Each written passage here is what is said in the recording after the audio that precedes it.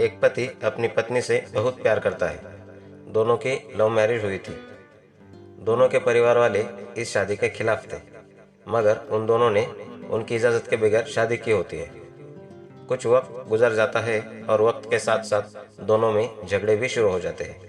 पति अपने काम की वजह से पत्नी को वक्त नहीं दे पाता। पति राहुल जब भी काम से देर से लौटता, कविता की शिकायत शुरू हो जाती थी।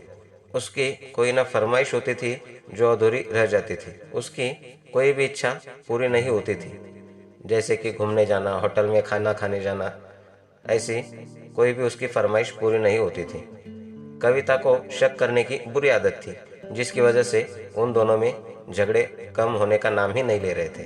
बेचारा राहुल दिन भर मेहनत करके इतना कमाने में लगा था कि घर का किराया और अच्छे घर के खर्चे निकल सके। कविता उस बात को समझने को तैयार ही न थी। एक दिन वो जल्दी घर आता है, तब भी कविता उससे झगड़ा करती है। उसको जाने क्या न सुना देती है। गुस्से में राहुल घर से निकल जाता है और अपने दोस्त के घर चला जाता है। कविता को बहुत चिंता होने लगती है। रात के 12 बज जाते हैं और राहुल का पता ही नहीं रहता। इतने में घर के दरवाजे की घंटी बजती है और वो दौड़कर दरवाज़ा खोलती है।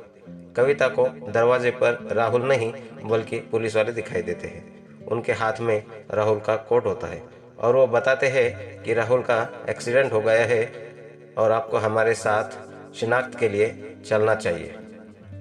कविता का रोना पिटना चालू हो जाता है। वो अपने आप को दोष देने लगती है। अपनी गलतियां उसको नजर आने लगती है।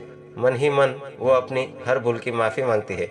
वो अभी पुलिस वालों के साथ जाने के लिए निकलती ही है तो सामने से राहुल आता दिखाई पड़ता है।